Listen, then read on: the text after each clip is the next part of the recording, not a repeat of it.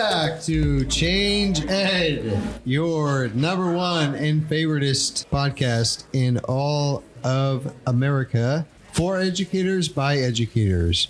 We're here with a number of special people at PETE&C. We are here at the Steels Summit, recording live. We don't know what you will or won't hear as listeners, but we're glad you tuned in for this episode. My name is Andrew Kuhn. I am an education consultant for Montgomery County Intermediate Unit, and here with me is Patrice and Andrew, educational consultant from the Montgomery County Intermediate Unit. And our temporary, not sure that we want to commit to having him full-time guest co-host. I love the temporary part of this. It's not temporary. We established this last night. Right. I mean, I thought I paid for the full subscription, but I guess this is just the temporary pass. But Jason Zimmerman from IU13, and I am a teaching and learning consultant of STEM. Jason, thrilled to have you here. Thanks. Temporarily. We also have another repeat guest with us and a new guest, both of which are from Lincoln Intermediate Unit 12, Abbey Lichtenberg and Nicole Bond. Welcome, both of you. Would you mind telling us a little bit about yourselves? Nothing too serious.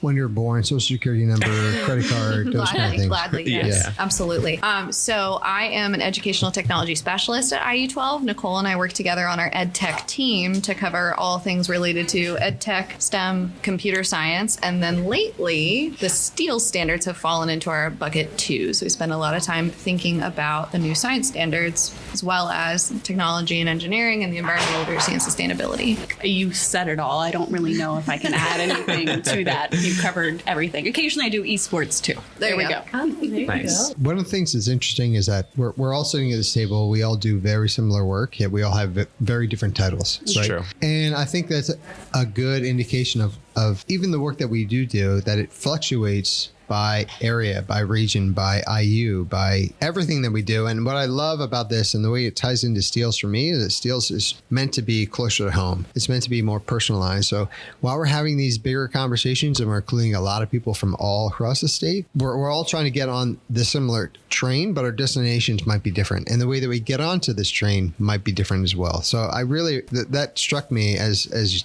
you say, here's my title and here are all the things I do. I'm like, well, we do all those things too. But we call ourselves something different. We're thrilled to have you here. We're thrilled that you love our podcast so much that you came back.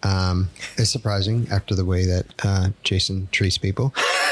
So you had a session that you did today, and it was about Steels and specifically teaching with Steels practices. And I'm wondering if you can tell us a little bit more about that and enlighten us on what that means. Sure. So the practices are one of the three dimensions of each of our new STEEL standards. You have the disciplinary core ideas, which is like your content, your cross-cutting concept, those big understandings of science we're trying to build for students, with students. And then you have your science and engineering practices. And they really are what students are going to do in the classroom to make those connections, to bring that knowledge together and develop those enduring understandings of the content. This idea of transitioning from putting content first, right, and starting a unit with, here are all the vocab words you need to know, here's a study guide from the beginning, start learning this now because you have a test in 3 weeks, to let's look at this real world example. Let's look at this phenomenon. Why do you think it's a better practice to do that? What's the advantage of starting with a phenomenon or problem or scenario? Yeah, so it's really all about equity. So science instruction, like you said, it classically starts with academic vocabulary that can be very difficult for students who not only might be English language learners, but also may struggle with reading and writing.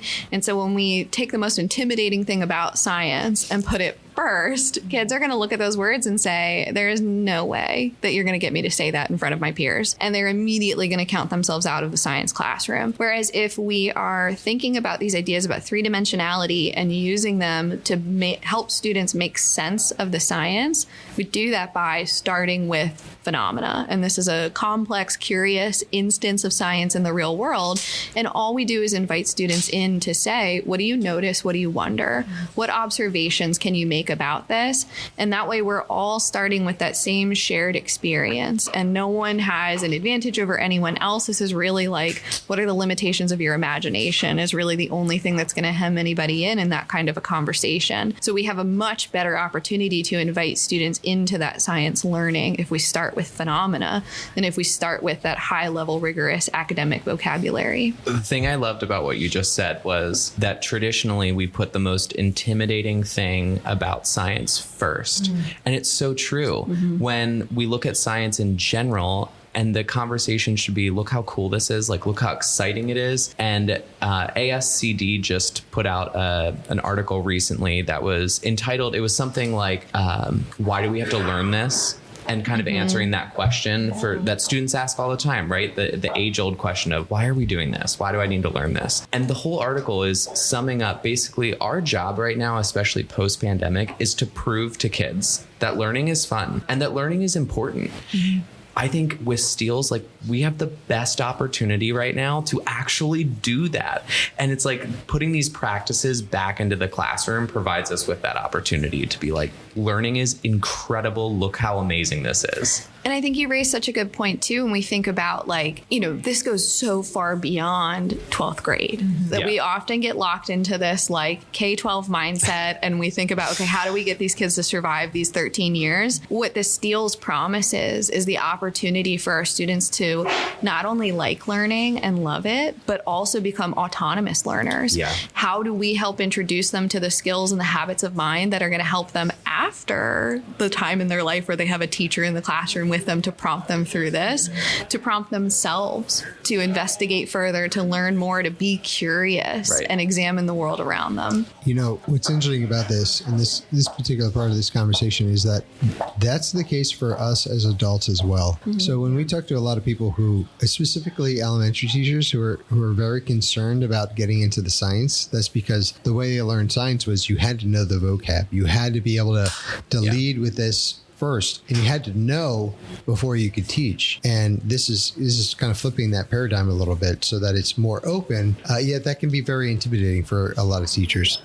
I like too how you said you want to invite them into the learning, because when you use a phrase like that, you yourself feel like it's a party and it's going to be awesome and a lot of fun. And so I really like the way that you said invite them into the learning. And it also made me feel like if I'm inviting someone to something, I'm going to either be kind of prepared, but I'm also going to be enjoying myself at the same time. So I really appreciate how you said invite them, because that's a very different way of thinking about things. I think it also sort of gets at that image of like the teacher as the gatekeeper of the knowledge. If we're inviting people in, the gate is open. Whereas, you know, previously in like the traditional method of teaching science, the teacher is the holder of all of the knowledge and the students just have to work to guess at it to get to the right one. But then eventually, even if they don't get it, the teacher's just going to tell them. And this is really where we're turning everything on its head and saying the mission of this unit, the journey that we're about to go on is about each student developing their explanation of what's going on. And I think that that's also really captures what the significant challenge is here too, because our students are not used to being the keepers of knowledge. So this is a huge shift in how our students see themselves. And there's also going to be a lot of work that goes into this to build the confidence in our students to be able to declare that knowledge, test out ideas, to be wrong and to get it right later, to keep trying and not rely on the teacher to just tell them the answer. I think this is where kind of AI comes into this conversation, because if we view as an educator, right, that we are the keeper of knowledge, we are 100%. It's like people saying that AI will like take over the teacher role. If we view education as that, it totally will. But that isn't what an educator is supposed to do. Like, we can have AI do that. AI does hold the knowledge piece, but there's something that AI can't do. And that's this part of like really pulling in sense making and also having the students do science, right? You need to have that adult there to facilitate those discussions, talk about the discourse in the room, pull in the little pieces that you know about your students that we learned about last week, those things. Like, that's what we need. And that's what we need to focus on. So we will become irrelevant if we don't read the writing on the wall, if we allow that to happen, if we don't adapt and we overcome, which is something that we've done all through existence, right? We've adapted, we've overcome, we've adjusted. We've lived in this content world where where it's all about the content. And we've known for ages, it's not new to AI. You could Google the answers that are the questions in your textbook. So you're constantly saying, well, no, this is a paper test, or no, you can't look up the answer. You just have to memorize and regurgitate. And that's really not necessary. It's the ability to critically analyze something. So every single practice that we're seeing in these standards are really about those pieces, how to make sense of that, no matter where you find it, whether you find it in a textbook or you learn it through a phenomena. How are you making sense of the world around you is what's happening in these practices. And I think that that's really the larger piece. That's the most important piece. I think with science too, we talk about how we start with the most intimidating thing. We start with the vocab. The ironic thing about science is that your kids come to you having experienced science every single day. Right. And phenomena is also the chance to leverage those personal experiences that like AI and Google aren't going to have. I think the big thing here is that the change that we're talking about is a change to learning instead of knowing. And again, I'm going to reference us as adults. Because we were raised to know, there are so many scenarios where someone's talking, and even if they change their position, which is something that we encourage in science, right? Nothing is finite. Nothing is definite in science. And when we learn new information, we can change our position. We can adjust our thought process. But when someone does that, we're like, oh, look at you. You're changing sides. You don't even know what you're talking about. You can't commit to something. And so systemically, it's going to become a bigger conversation for us to say, like, no. Like, it's okay, right? Like, I appreciate that you've reevaluated versus digging your heels into the sand, which has its own challenges that come for us. So I guess what I'm seeing is that this is bigger than education. This could have societal impacts to where we can actually communicate, we can collaborate differently, and we'll be modeling that for them as well. But again, we as adults have to acknowledge all of those things and see them ourselves and say, okay, how do we, now that we know better, how do we do better? How do we encourage the next generation to interact differently? I'm going to say this and then I'll pause right after I say this part and then we can cut it if you don't want this. But cut. Terrible. Oh my gosh, let him at least say it.